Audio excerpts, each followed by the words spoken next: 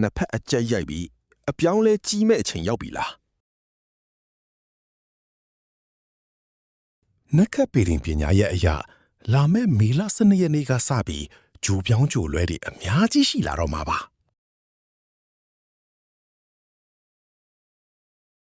အထူးသဖြင့်မေလ13ရက်နေ့မှာမြန်မာနိုင်ငံဆိုင်ရာ6တန့်ဘာဝမှာအင်္ဂါဂျိုကတိအဖြစ်ရပ်တည်သွားမှာဖြစ်လို့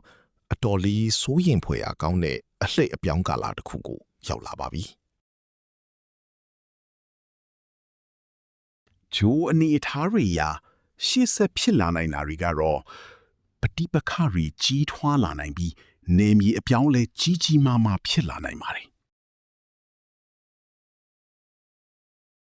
ငြိမ်းချမ်းရေးဆွေးနွေးဖို့လုံးဝမလွယ်ကူတဲ့အနေအထားရှိသလိုအုပ်ချုပ်ရေးပိုင်းမှာလူစားထိုးမှုတွေနဲ့နိုင်ငံတကာအကူအညီပြတ်တောက်တာတွေကြုံရနိုင်ပါတယ်။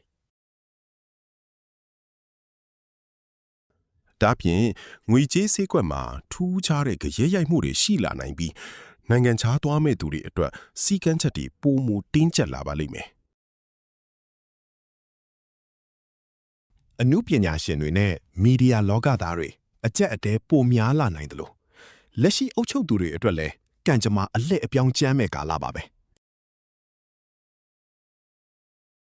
အိမ်နီးချင်းနိုင်ငံကြီးရဲ့ယက်တီချက်ကိုလည်းစောင့်ကြည့်ရမယ့်အချိန်ဖြစ်ပါတယ်လဲရင်ပြန်ထဒါဘဝပါပဲဘလို့အခြေအနေပဲဖြစ်ဖြစ်ကြမ်းကြမ်းခံနိုင်အောင်တောင့်ထားကြပါချစ်ဆွေတို့ဒီကာလကိုဖြတ်တန်းကိုဘလို့တွေကြိုတင်ပြင်ဆင်ထားကြလဲဆိုတာ comment မှာဝင်ရောက်ဆွေးနွေးပေးခဲ့ပါဦး